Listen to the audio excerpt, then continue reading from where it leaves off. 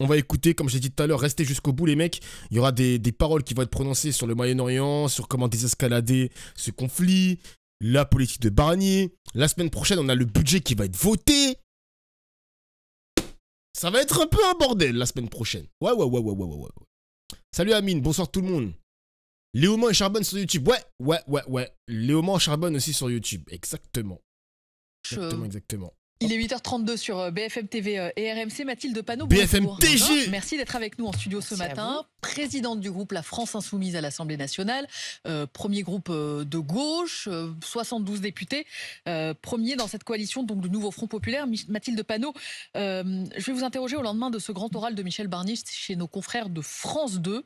Le Premier ministre a pointé le risque d'une crise financière qui menace la France en raison de la dette. Il a précisé quels efforts il demandera aux plus aisés. Les ménages qui gagnent plus de 500 000 € par an et qui n'ont pas d'enfants vont devoir payer plus d'impôts, ainsi que les entreprises dont le chiffre d'affaires dépasse le milliard de résultats. Franchement, Mathilde Panot, vous allez vraiment censurer un Premier ministre qui parle comme vous? Bien sûr que nous allons le censurer. D'abord, ce qu'a dit M. Barnier, c'est le bilan de l'échec de la politique macroniste qui devait, rappelez-vous, en 2017, ruisseler sur l'ensemble de la population. 60 milliards d'économies, c'est exactement le montant des cadeaux qui ont été faits notamment aux plus riches et aux multinationales, et qui est le manque à gagner en recettes, c'est la Cour des comptes qui le dit, qu'a fait chaque année Emmanuel Macron. 40 milliards d'économies et 20 milliards de recettes, pour être précise. Oui, alors ce qui m'inquiète, moi, c'est que vous allez à côté d'une taxation des plus riches qui est exceptionnel, qui est temporaire, ils ont bien insisté dessus. Oui, mais c'est un tournant. Taxer les riches après 7 ans de baisse de la fiscalité. C'est une rupture avec Emmanuel Macron, Michel Barnier. Mais vous imaginez à quel point ils sont fanatisés pour que M. Darmanin dise jamais je ne voterai le budget proposé par M. Barnier, alors que nous parlons des couples sans enfants qui gagnent plus de 500 000 € par année, c'est-à-dire 41 000 € par mois, c'est-à-dire 30 SMIC. Et même ça serait inacceptable. 65 000 contribuables. Donc, ce que je dis, c'est que ce qui m'inquiète, c'est l'austérité qui va être faite. Et finalement... Moi, ce qui me fume, c'est que ça veut taxer les plus riches.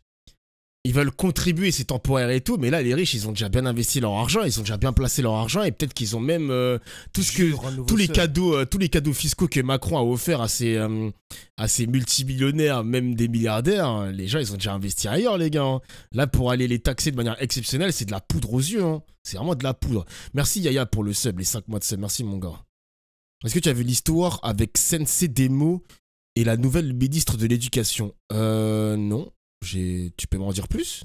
Les cadeaux fiscaux faits aux plus riches et aux multinationales par Emmanuel Macron pendant 7 ans vont être payés par les retraités de ce pays, les malades, les 9 millions de pauvres, ceux qui, bref, ont le moins. C'est le peuple qui va payer, les services publics. Et j'aimerais, Madame la Trousse, que vous me disiez un service public où on peut encore couper et enlever du... C'est sûr qu'il y a des streamers dans les 41 000 € par mois. Oui, mais il y a des streamers, les gars, il y a des streamers qui sont vraiment bien riches. Après, moi, je vais pas être là pour les taper dessus. C'est pas parce que c'est des collègues que j'ai pas mon mot à dire. Mais pour le coup, le streamer qui se fait énormément d'argent versus le patron qui fait de l'esclavage moderne où il y a une mauvaise c'est pas tous les patrons qui sont comme ça évidemment, mais une mauvaise redistribution des richesses sur par exemple le bénéfice et tout dans l'actionnaire, mais pas sur le petit prolétaire, on va dire ça comme ça. Bah moi je les emmerde, je les emmerde gros, je les emmerde. Il y a une différence des malades. Bah oui, on peut pas comparer un patron d'entreprise, d'une très grosse entreprise, même d'une multinationale, avec un streamer qui gagne 41 000 € par mois. C'est le jour et la nuit, bien sûr. Bien sûr. Les patrons des multinationales, ça reste les pires, bien sûr. Du budget, alors qu'ils sont aujourd'hui tous à terre. On va y arriver aux pistes d'économie. D'ailleurs, petite parenthèse pour rester sur le travail, Darmanin, il a fait une annonce, il aimerait que les Français travaillent plus. Je ne sais pas ce qu'il veut dire par travailler plus, si, bon, on peut le supposer, mais c'est verrouiller, on va dire, faire péter le verrou des 35 heures par semaine. Darmanin, il estime qu'on ne travaille pas assez, nous, Français, par rapport aux autres pays de l'OCDE. Bon. Juste sur ce 20 milliards de recettes, la hausse d'impôts que l'on vient d'évoquer pour les Français sans enfants qui gagnent plus de 500 000 € par an, c'est un tiers de ce que rapporterait un rétablissement de l'ISF, de l'impôt sur la fortune, dans son ancienne formule. Qu'est-ce que vous dites, Michel Barnier? L'esclavage, c'est dans tous les domaines, malheureusement. Bah, moi, par exemple, les mecs... Moi, par exemple, je vais vous expliquer quelque chose par rapport à moi personnellement. Genre, l'année dernière, quand je tournais à 13 000 € par mois, mais j'ai exploité personne, 13 000 euros par mois, j'étais tout seul. Mon monteur touchait 90% des revenus TikTok. J'exploitais qui, moi? J'exploite personne. Je me fais tout seul. J'ai pas besoin de monteur, j'ai besoin de rien, ma gueule. J'ai besoin de rien. Donc oui, on peut pas mélanger les streamers et les PDG de multinationales. Après, évidemment, les gars, hein, c'est un tapin ce que je vais dire, mais évidemment, parmi les streamers, il y a potentiellement des streamers qui exploitent. Par exemple, qui sous-payent les monteurs vidéo, qui sous-payent les graphistes. Ça existe, il y a de l'exploitation, même dans le streaming. J'ai pas de nom à vous citer, parce que j'en connais pas, mais évidemment que dans le lot, il y en a au moins 1 ou 2 ou 3, je sais pas. J'espère, je sais pas. J'espère que tu as mis de côté hors Union Européenne. Moi, je suis pas dans ça, les mecs. Hein. Je suis pas dans les bails d'évasion. J'ai de l'argent de côté dans l'Union Européenne. Mais moi, je suis pas un mec qui fait de l'évasion fiscale, hein, de l'optimisation comme tu veux. Je suis pas comme ça, moi. Genre, je suis pas dans ça, les gars. Je suis pas dans ça. Hein. Monsieur le Premier ministre, vous prenez quand même le bon chemin? Pas dans ça, vous quoi. à moitié plein quand même? Mais ça fait 7 ans que nous proposons tous les ans des amendements pour taxer les super profits, pour rétablir un impôt de solidarité sur la fortune. Et Michel Barnier vous dit... Je touchais vraiment 13 000 euros par mois. Vous voulez vraiment voir, les gars, l'ensemble des revenus que je touchais sur YouTube? Vous voulez voir l'ensemble des revenus que je touchais sur YouTube, les mecs, depuis quand j'avais les droits TPMP jusqu'à aujourd'hui? Vous voulez vraiment le voir? Je suis d'accord pour Regardez, le faire. Là, non, ok, bah je monte pas alors. Demander des miettes aux plus riches qui se sont engraissés comme jamais sous le quinquennat d'Emmanuel Macron. Miettes vous dites que ce sont déjà l'assiette. Regardez, je montrerai pas alors. Croyez-moi. Ont doublé leur fortune depuis 2017. Les dividendes du CAC 40 ont doublé depuis 2017. Et là, on leur dit, on va vous prendre un petit peu. Mais attention, c'est temporaire, ce n'est pas beaucoup. Et je ne sais même pas à la fin quels seront les impôts qui seront faits. Donc, je vais vous dire, au-delà de la crise financière dont parle Monsieur Barnier, qui est donc le résultat de la politique... On a un montant de cette taxe temporaire pour 65 000 foyers fortunés. Parce que le mec, il veut faire 60 milliards d'économies. Mais ça représente combien, là, déjà, sur ces 65 000 foyers fortunés? On a une estimation qu'a mené Emmanuel Macron. Moi, ce que je crains, c'est un risque récessif sur notre société. Parce que l'économie française est faite à 53% par la consommation populaire. Nous sommes d'ores et déjà dans un moment où la déconsommation populaire est la plus forte depuis 10 ans. On n'avait jamais vu ça depuis 10 ans. Donc, il faut relancer la consommation populaire. Et ça veut dire, par exemple, augmenter les salaires, ce que ne compte pas faire M. Barnier. Et là-dessus, Michel Barnier vous dit, je touche à certains allègements de charges pour les entreprises pour permettre d'augmenter les cotisations patronales pour augmenter les salaires. Il vous dit aussi, j'augmente de 2% le SMIC dès le 1er novembre en anticipation. Wesh, les boucles d'oreilles brillent, hein. Mathilde Panot, ça brille. C'est quoi? C'est de l'or. C'est quoi ces boucles d'oreilles qui brillent, là? Ça m'aveugle, là. Ouah, c'est un flash dans Counter-Strike, là. C'est quoi ça? Ça devait être le 1er janvier. On va le remercier. Ça brille beaucoup, là. Vous savez combien ça fait mais il parle pas comme vous. Pour les salariés. Il a dit 3 milliards, Tocardinho. Non, ok. il ne parle pas comme nous. Je veux dire, il y a eu une politique économique qui a été faite pendant 7 ans, qui nous mène à cette situation catastrophique. Juste pour les salariés au SMIC, avancer de 2 mois une revalorisation qui devait avoir lieu au 1er janvier, c'est leur donner un cadeau de 50 € net. Merci Rice pour les 20 mois de sub. Merci mon gars. Donc ils ont fait exactement le contraire. Et là, on nous explique qu'en modifiant à la marge, eh bien, ça va s'améliorer. Il faut rompre avec cette politique économique. Il faut remettre des recettes dans la caisse. Nous avons beaucoup de propositions dessus et les 60 milliards, nous pouvons les trouver en taxant l'argent là où il est pour pouvoir réinvestir. Qu'est-ce que vous allez proposer à Michel Barnier qui hier disait de toute façon, je suis entre les mains du Parlement, je n'ai pas seul les bonnes idées. Qu'est-ce que vous allez lui proposer? Nous avons proposé à plusieurs reprises la taxe sur les super profits qui rapporte 15 milliards. Nous avons proposé à plusieurs reprises un impôt de solidarité sur la fortune qui rapporte 10 milliards. Nous avons proposé à plusieurs reprises d'imposer les très gros héritages. Pour nous, c'est à partir de 12 millions qui rapportent 17 milliards. De supprimer les niches fiscales qui sont polluantes et inutiles, 27 milliards d'euros. Donc nous avons beaucoup de pistes pour... Il y a des pistes hein, quand même les mecs, excusez-moi, ils ont bossé le dossier la France Insoumise. Hein. Il y a des pistes, hein. Ok, intéressant, je prends note. Augmenter les recettes parce que nous avons un problème de recettes. Et ensuite, il faut dépenser plus. Il faut dépenser plus dans l'hôpital public, dans l'éducation nationale, dans la protection judiciaire de la jeunesse où ils ont encore supprimé 500 postes cet été, dans tous les services publics qui permettent bien aux gens d'avoir accès à leurs droits et puis évidemment augmenter les salaires, ce qui permet de relancer encore une fois la consommation populaire et l'économie dans le pays. C'est l'un de vos points de divergence avec Michel Barnier, Mathilde Panot. Lui, il dit... D'ailleurs, il y a une piste par rapport à ça, parce que vous savez que les services publics se dégradent de plus en plus, mais il y a une vidéo, il y avait une vidéo qui tournait ces derniers temps sur un flexibus. Attendez, j'ai la vidéo sous les yeux là. Regardez le flexibus, les mecs. Hein. Regardez, wesh. C'est une petite parenthèse. Hein. Fallait que je vous montre ça, les mecs. Toulouse, de ce 30 septembre. Sur les images, l'eau s'infiltre même dans le véhicule. Le bus était dans un état absolument déplorable. Et ce n'est pas tout. Le pare-brise du véhicule, lui, est fissuré. Voilà, jusque là. Ils attendent que ça pète dans mon visage. Et ce n'est pas Ah, c'était le chauffeur, ça. tout. Il n'y avait ni wifi, ni toilette fonctionnelle, des sièges cassés et un chauffeur exténué. Ce trajet ne s'est bien sûr pas passé comme prévu. L'une des 40 passagers raconte cette nuit de calvaire. On est parti de Paris avec 2 heures de retard, un retard qui était justifié par une panne qui a été Il y a bricolée. même eu une panne. C'est à peu près ce que nous a expliqué le chauffeur avant de partir, où le technicien qui s'est occupé de la panne lui a expliqué que nous n'étions pas certains de pouvoir arriver à destination. Effectivement, Laurie et les autres passagers ne sont pas arrivés à destination. Après, donc, en effet, une première panne qui nous a amenés sur une aire d'autoroute entre Vierzon Je sais pas si c'est privé ou pas, le flexibus. Il me semble que c'est privé maintenant, non? et Châteauroux, où nous avons Attends, attendu je vais 4 regarder. heures pour avoir une solution de réparation de la panne qui finalement s'est terminée en Ouais, c'est une entreprise allemande spécialisée dans la gestion de flotte d'autocars. Ouais, c'est privé, les mecs. non-réparation. Le bus était HS. On nous a amenés jusqu'à Limoges, où là, on nous a déposés, on nous a dit « débrouillez-vous ». Et donc, avec 40 Débrouillez-vous personnes, dont des personnes âgées, des femmes seules.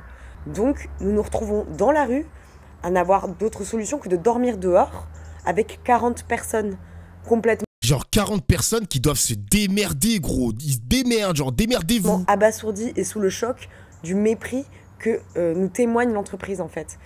Ce n'est pas la première fois que la société est décriée pour son service. POV, tu prends le Flixbus. C'est très simple. Wow. Quand le Flix lui pète et nous fait attendre 3 heures en pleine nuit. La musique. Alors la société Flixbus a envoyé un mail d'excuses aux passagers. Ils promettent un dédommagement et reconnaissent plusieurs dysfonctionnements. Donc non seulement Flixbus ne respecte pas ses propres engagements, puisque leur propre règlement stipule qu'ils doivent trouver des solutions pour les passagers en cas de panne pour que ces passagers arrivent à destination. Non seulement ils ne respectent pas leur propre règlement, mais en fait ils ne respectent pas non plus juste les droits élémentaires des êtres humains. Ils nous ont laissés dans la rue, en pleine nuit. Nous sommes 40 personnes extrêmement en colère et nous avons décidé de porter plainte contre l'entreprise T'as raison, meuf. pour que justice soit Justice faite. soit faite, t'as raison, t'as raison. Les gars, c'est ça le capitalisme. Excusez-moi les gars, c'est ça le capitalisme, hein. C'est la main invisible du marché, la concurrence libre, c'est ça le libéralisme. C'est ça les mecs. On veut tous graille. Ils veulent tous graille, mais quand il y a la libre concurrence comme ça, dès que l'État est faible, ça met tout le monde dans la merde, ma gueule. Quand l'État laisse par exemple la libre concurrence avec une société allemande qui vient faire son business en France, mais qui ne respecte pas les êtres humains, voilà ce que ça donne les mecs. Voilà ce que ça donne. Voilà, faut que l'État s'occupe de ça. Là, c'est pas normal, ça nous chie à la gueule du coup. Ça nous chie à la gueule. L'État ne laisse pas, il l'organise. Il l'organise, tu veux dire. Les gars, pour voir le replay du stream d'Ofla Manuel Bompard, est-ce qu'il faut absolument payer? Pitié, dites-moi que non, j'ai pas encore reçu ma bourse. Les mecs, je crois que vous êtes pas au courant que j'ai une chaîne YouTube, hein, et que le replay, il est disponible depuis la semaine dernière, gratuitement. J'ai une chaîne YouTube, les mecs, j'ai une chaîne YouTube. C'est gratuit, genre. Plus de recettes, d'accord. Vous n'êtes pas d'accord sur le montant du chiffre d'affaires des entreprises ou le montant pour les ménages les plus aisés. Mais lui, il dit aussi qu'il faut faire des économies. Il faut faire 40 milliards d'économies et ça va être très dur, a prévenu le Premier ministre qui a esquissé quelques pistes. Il dit qu'il faut être plus efficace dans la dépense, il faut fusionner certains doublons dans les agences de l'État par exemple, et pourquoi pas ne pas remplacer des fonctionnaires. Mais attention, sa limite, c'est ceux qui ne sont pas en contact avec le public. Pour le reste, il renvoie au débat parlementaire. Sur les fonctionnaires, la Cour des comptes, par exemple, qui n'est pas sous la coupe d'Emmanuel Macron ou de Michel Barnier, dit Il y en a trop dans les territoires. Il y a 100 000 postes de fonctionnaires territoriaux de trop. Est-ce que là-dessus, vous pouvez trouver un consensus? Non, non, et c'est Toujours pas. Pas de qui revient consensus, tout le toujours temps. pas. La Cour des comptes dit aussi que chaque année, Emmanuel Macron a privé de 62 milliards d'euros de recettes l'État, et donc on se retrouve dans une situation où à la fin on regarde dans les petites choses, est-ce qu'il y a des fonctionnaires en trop, alors que tout le monde comprend dans le pays que non seulement on a appauvri l'État, on a appauvri les services publics, on a appauvri l'ensemble des collectivités qui aujourd'hui essayent de faire au mieux pour répondre aux besoins de nos concitoyens. Donc je ne suis pas d'accord avec cela. Mais vous le 40 piochez que ce qui milliards vous arrange dans la Cour des comptes. d'économie et d'austérité, 40 milliards, c'est une austérité jamais vue dans ce pays. Il récuse ce terme, hein, Michel Alors moi, Barnier, je en vais vous disant dire non, sur c'est du quoi on sérieux peut faire des budgétaire. économies. Il parle pas On peut d'austérité, faire, par lui, hein. exemple, des économies sur l'utilisation de McKinsey.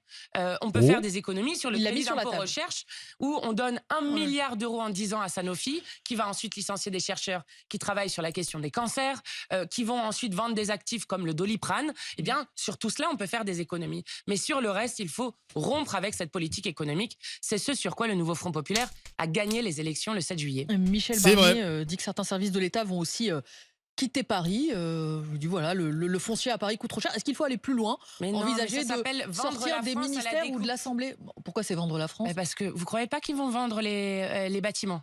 Vous pensez que le plan secret, c'est de faire rentrer de l'argent en revendant Oui, les je bijoux de pense famille que- en quelque sorte? Oui, je pense que quand vous avez un président de la République qui a vendu et mis à terre tous les fleurons nationaux, qui a désindustrialisé la France et qui justement essaye de faire des économies de bout de chandelle, je vais vous dire qui va avoir la plus grande part des économies qu'on demande au peuple de faire.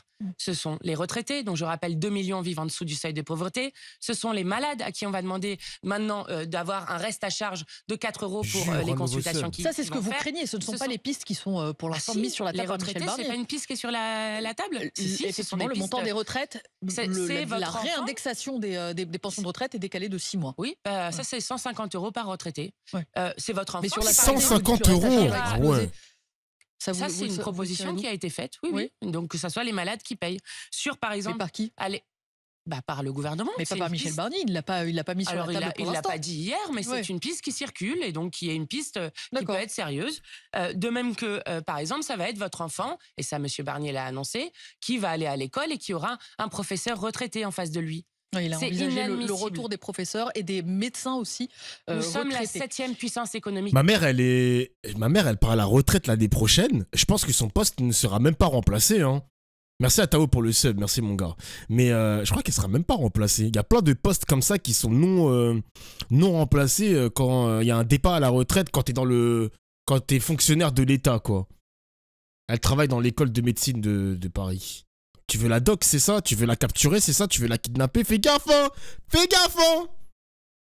Au monde, il y a largement assez d'argent pour que tout le monde vive dignement dans ce pays sans avoir à faire cette cure d'austérité qui va être terrifiante pour le peuple et qui fait payer au peuple et aux gens les cadeaux fiscaux. La qui ont France été n'a pas faits par besoin Emmanuel d'argent. Macron. Après c'est difficile d'en vouloir à Barnier parce que Barnier, il hérite justement de finances qui a explosé à sa gueule, hein. Ça explose à la gueule de tout le monde. Donc le mec, moi je suis pas là pour faire le suceur les gars, hein, mais il y aura évidemment de l'austérité parce que comme les finances ont été très mal gérées par Bruno Le Maire et ses potes, ainsi que Macron et ses ministres, la prochaine personne qui va hériter de ça, il va falloir faire des économies. Qu'est-ce que tu veux que je te dise? C'est pas facile pour lui, hein. C'est pas facile. Ah si, mais je vous le redis. L'argument de la crise financière, par exemple, est-ce que vous l'entendez quand il dit « je crains Mais une crise je vous financière » redis- Michel Barnier, ou est-ce qu'il dramatise pour vous?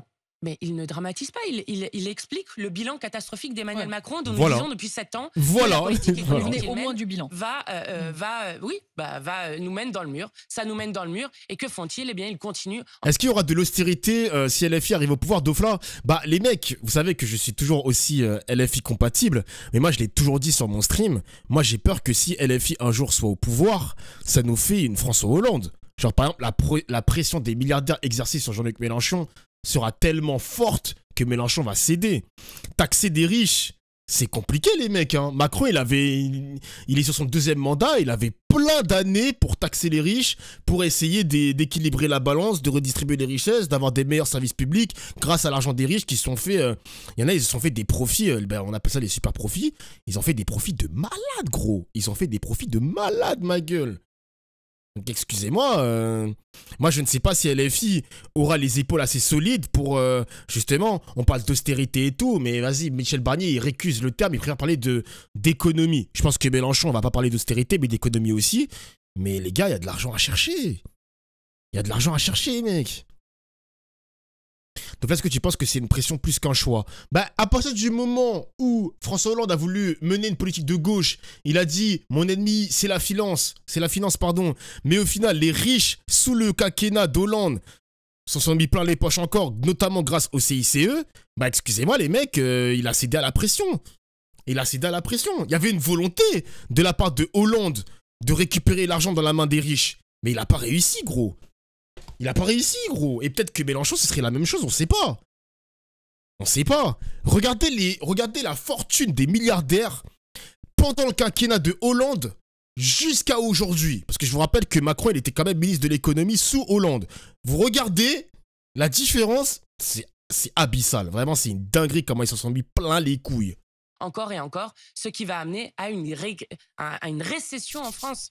C'est catastrophique. Mathilde Panot, j'aimerais que l'on Il a eu la revoie volonté de ensemble 10 un secondes, extrait Hollande. qui date de Exactement. mardi. C'est une vidéo qui tourne beaucoup sur les réseaux sociaux. Michel Barnier, à la fin de sa déclaration de politique générale, qui reprend la parole pour vous répondre.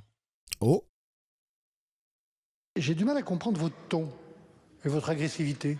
Et moi, je vais vous dire une chose, Madame la Présidente. Plus vous serez agressive, plus je serai respectueux.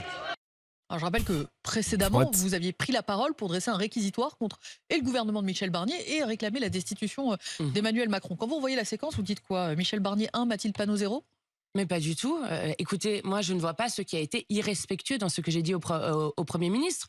J'ai dit au Premier ministre qu'il était illégitime démocratiquement, puisque c'était la coalition du Nouveau Front Populaire qui était arrivée en tête, qu'il était illégitime pour continuer sa politique à gouverner contre le peuple, qui est celle d'Emmanuel Macron, puisqu'ils ont été sévèrement battus dans les urnes 3 fois d'affilée. Je leur ai dit qu'ils étaient illégitimes depuis qu'ils rampaient devant l'extrême droite et qu'ils tenaient par l'abstention de Madame Le Pen avec un ministre de l'Intérieur qui est salué par l'extrême droite comme étant un porte-parole du RN magnifique et qui utilise par exemple l'expression de Pétain, de français de papier qui m'est insupportable. Je ne vois pas en quoi c'est irrespectueux de faire ça. Par contre, M. Barnier est effectivement irrespectueux avec la démocratie et je crois que finalement c'est plus le fond qui le dérange et qu'il le sort sur la question de la forme. Est-ce que son attitude par exemple d'être moins dans les piques politiciennes comme pouvait l'être un Gabriel Attal va vous amener à changer de ton à l'Assemblée ou en tout cas à revoir vos modalités d'action à l'Assemblée nationale? Vous savez, la démocratie parlementaire a été inventée pour qu'il n'y ait pas de guerre civile dans ce pays, pour que l'affrontement entre des idées, les grands choix que peut faire le peuple lorsqu'il va aux urnes, eh bien, puisse se matérialiser dans des débats d'idées. Et donc, les débats d'idées ont le droit d'être durs. Les débats d'idées, eh bien, c'est justement la question de la démocratie où on montre les antagonismes dans la société. Et je vais vous dire que moi, quand je vois la société de malheur qu'il y a aujourd'hui avec 2043 enfants qui sont à la rue, plus 120% depuis 2020. Quand je vois 120%. un parent sur 3 qui se prive de repas pour que son enfant mange à sa faim, eh bien je crois que non, les mots ne sont pas trop durs pour décrire la politique qu'il mène et notre envie de rupture avec cette politique de malheur. Juste Mathilde Panot, comme on a évoqué la censure et la destitution, brièvement, la motion de censure, est-ce que vous savez déjà lorsqu'elle sera examinée à l'Assemblée nationale? Probablement mardi. On est le 4. La procédure de destitution, pour le coup, du président de la République, cette fois pas du chef de gouvernement. Après la commission des lois, ils ont 13 jours pour l'inscrire en hémicycle. Et donc, 13 jours, ça devrait arriver fin de semaine prochaine, début de semaine d'après. Vos alliés de gauche n'ont pas soutenu d'ailleurs les écologistes votre motion de censure en commission des lois, en tout cas pas les socialistes. La destitution. Les écologistes, ils l'ont soutenu, les communistes et les ultramarins l'ont soutenu. Mais ça, pas les socialistes. Est-ce que c'est une trahison de leur part? Non, mais je dis juste que lorsque nous avons un problème aussi évident avec le président de la République, eh bien qu'ils ont encore quelques jours pour réfléchir si ils veulent destituer le président de la République qui manifestement manque à ses devoirs et notamment celui d'être le garant des institutions républicaines avec des gens... N'empêche, c'est des mauviettes quand même les socialistes les mecs. Hein. Tous les voyants sont au rouge. On voit bien que Macron marche sur le résultat des législatives, marche sur la démocratie, nomme un ministre, enfin nomme Michel Barnier alors qu'il a fait 5% aux législatives, très peu de pourcents aux européennes, mais on a des socialistes qui refusent de soutenir la destitution. Genre mec, je comprends pas. Insupportable. Bon, évidemment les mecs, même si le PS soutiendrait la destitution, bah mathématiquement, elle ne passera pas quand même. Je vais pas vous mentir les mecs, je vais pas vous vendre du rêve, ça ne passera pas. Mais le message, il reste important. Ça prouve quand même que le PS désapprouve entièrement la personne Emmanuel Macron, sa politique, sa présidence, même son mandat est remis en question. Le message, il est important, je suis désolé, c'est par principe, exactement, Batman. Par principe, tu votes, tu es pour.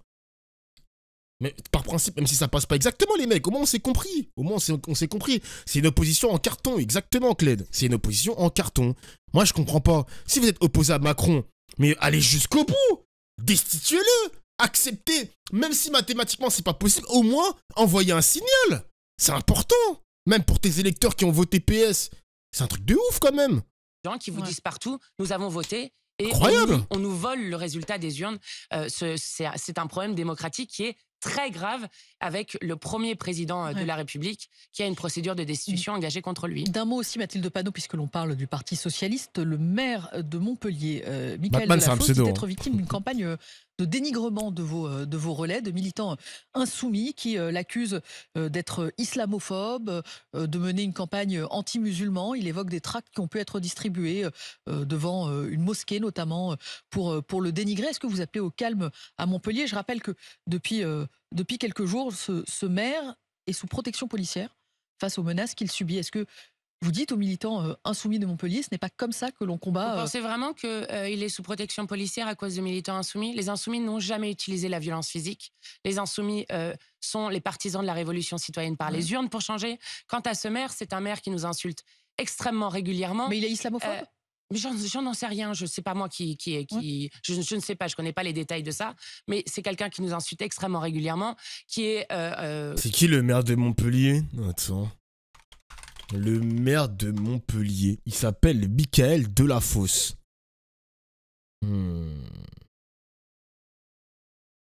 Ah, il y a plein d'articles quand même, hein.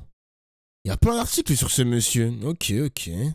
Quelqu'un qui combat le nouveau Front populaire. Donc, encore une fois, qu'il il commence OPS, lui-même mec. par être respectueux et ensuite nous verrons. Parce que lui vous accuse, les insoumis n'ont rien à voir avec une protection policière ou avec des appels à la violence. Et avec la campagne qu'il subit? Et je ne sais pas, je ne sais pas de quoi vous parlez en fait. Vous m'amenez un sujet. C'est des collègues de l'opinion qui affirment que Michael Delafosse à mes collègues, accuse les par insoumis. exemple, Nathalie Oziol, qui est députée de Montpellier. Elle vous donnera les détails qu'il faudra. Vous n'êtes pas au courant, donc Mathilde Panot. J'en viens à la situation au Proche-Orient, si vous le permettez. L'armée israélienne a mené cette nuit une nouvelle salve de frappe sur le sud de Beyrouth.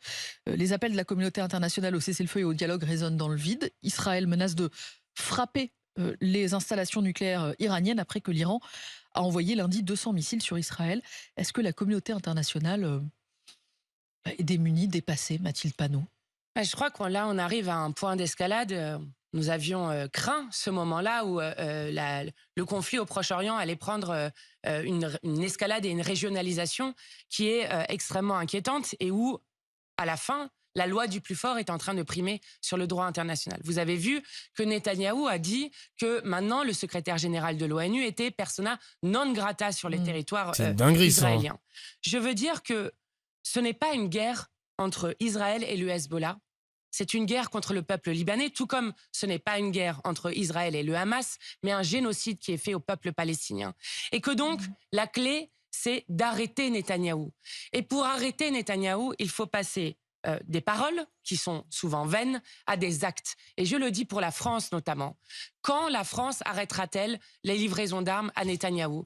Quand la France décrétera-t-elle des sanctions à l'encontre d'Israël? À partir de quand agira-t-elle pour mettre fin et pour suspendre l'accord d'association entre l'Union européenne et Israël? Et quand la France reconnaîtra-t-elle enfin la reconnaissance de l'État de Palestine? Parce que je le dis, la clé, c'est le cessez-le-feu à Gaza. S'il y a le cessez-le-feu à Gaza, alors la guerre au Liban s'arrêtera. Si la guerre au Liban s'arrête, il devra avoir justement le cessez-le-feu à Gaza. Donc, il faut impérativement que les voix pour la paix se mobilisent partout. L'image que vous voyez, les mecs, à l'instant là, à ce qui paraît, j'ai vu ça sur Twitter hier soir, à ce qui paraît, c'était des explosions encore plus violentes que quand ils ont tué Nasrallah. Je pense qu'il va en parler tout à l'heure dans les journaux, mais la violence de l'explosion, il y avait les vidéos qui tournaient hier sur Twitter, c'était une dinguerie quand même. Hein. Et je crois que dans ces explosions-là, ils ont tué, je crois qu'ils ont tué un chef de la communication du Hezbollah, je crois, à confirmer. Et que nous forcions les gouvernants à prendre des mesures et des actes qui vont au-delà des paroles. Point par point, Mathilde Panot, est-ce que vous entendez ceux qui disent si aujourd'hui, dans le contexte actuel, les livraisons d'armes cessent vers Israël, Israël devient vulnérable, n'est plus en mesure d'assurer sa sécurité? Est-ce qu'il y a des garanties de sécurité à apporter au peuple israélien aussi? Mais vous savez, je crois que c'est Netanyahou qui est en train de mettre en danger la sécurité d'Israël. En menant d'un côté un génocide, une politique de colonisation extrêmement agressive en Cisjordanie, la guerre au Liban, pays allié et ami de la France, c'est Netanyahou qui met en danger la sécurité d'Israël. Mais vous ne craignez pas que la cessation brute de livraison d'armes mette Israël davantage en danger, compte tenu du contexte dans lequel on est aujourd'hui? Non, je ne crois pas. Je crois que c'est ce qui force justement à Netanyahou d'arrêter la guerre totale qu'il souhaite pour pouvoir se maintenir au pouvoir, et que c'est justement en arrêtant Netanyahou que nous pourrons faire en sorte qu'il y ait une paix durable dans la région, et notamment la solution à 2 États qui est celle que promet et que promeut les résolutions du droit international et de l'ONU. Est-ce que la clé, ce n'est pas aussi le retour des otages qui sont toujours retenus à Gaza?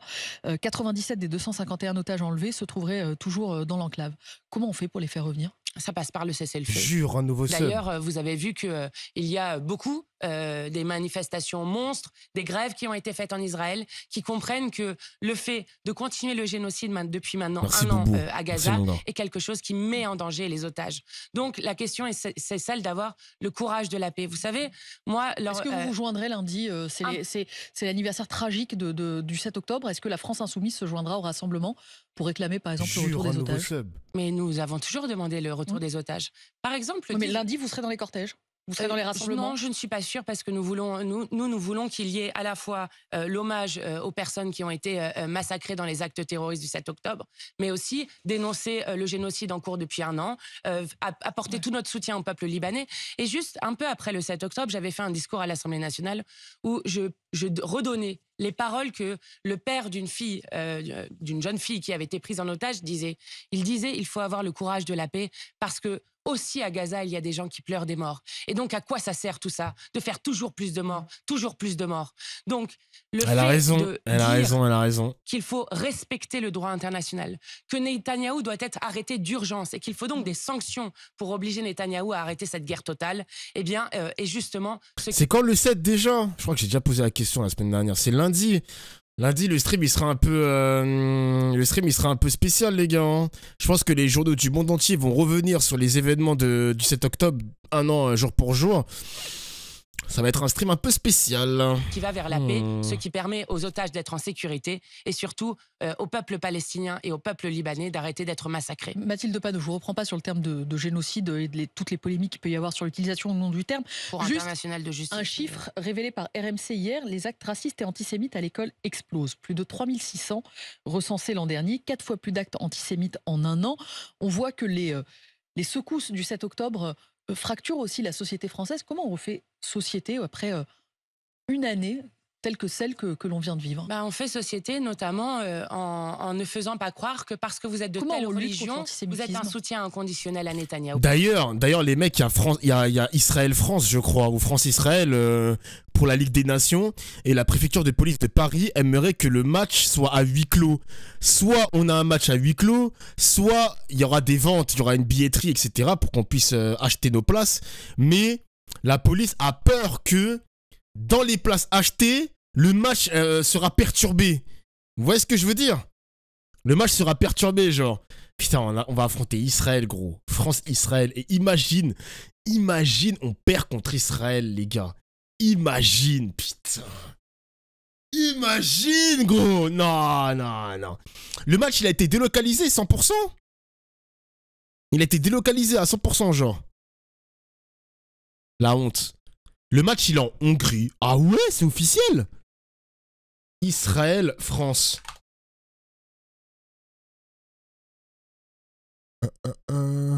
Pourquoi le match Israël-France va-t-il se jouer en Hongrie? Ah ouais, ça va se jouer en Hongrie, c'est officiel. Programmé jeudi 10 octobre, le match Israël-France, comptant pour la 3e journée de la Ligue des Nations, ne se disputera pas sur le territoire israélien. Ok. Il y a le conflit et tout. Ok. Tous tous les matchs à domicile de la sélection israélienne se jouera désormais en Hongrie. Ok. Ok. Pourquoi en Hongrie? Pourquoi ce pays, genre? Attends. Parce que c'est vrai qu'il y avait Israël-Belgique. Et même à huis clos, ça aurait été prendre un grand risque démesuré de voir un loup solitaire déclencher un nouvel acte terroriste. Ok.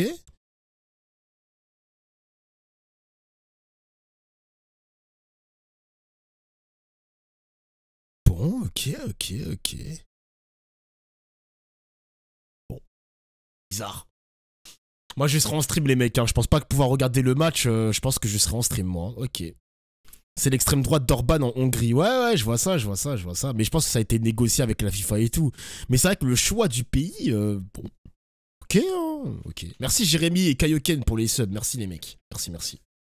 Parce que vous êtes de telle autre religion, vous seriez un opposant à je ne sais quoi. Donc en arrêtant d'essentialiser les gens. Et nous sommes des humanistes. Et les humanistes disent que, quelle que soit votre couleur de peau, quelle que soit votre religion, quel que soit votre genre, eh bien, en aucun cas, vous ne pouvez être discriminé. Et nous avons toujours dit qu'à chaque moment, si quelqu'un était discriminé du fait de sa religion, si quelqu'un était agressé du fait de sa religion, nous serons à leur côté. Enfin, dernière chose qui me tient particulièrement à cœur. Il faut arrêter d'aller dans la vision que porte l'extrême droite, qui fait croire que, en quelque sorte, les antiracistes que nous sommes serions devenus des racistes et notamment des antisémites. Et je le dis, lorsque vous avez Netanyahou qui dit à l'ONU que l'ONU est devenue antisémite, eh bien, vous comprenez que c'est une accusation qui est faite, une infamie qui est faite sur tous ceux qui soutiennent le peuple palestinien. Et nous n'arrêterons pas de soutenir le peuple palestinien. 8h53 sur BFM TV. Elle a raison, c'est une folie. D'ailleurs, les gars, j'ai toujours les échanges avec Fatom. Vous savez, la palestinienne qu'on avait reçue dans le cadre du The Event. On se parle presque tous les jours. La situation, elle est difficile pour elle, les gars. Hein. La situation, elle est vraiment difficile. Elle m'a dit qu'il y avait une incursion dans une petite rue. Les gens ont fui. Il y a eu un silence médiatique par rapport à ça. Ils ont été tués, brûlés en silence dans la ville de Nuseirat. Putain, c'est effrayant quand même. Hein.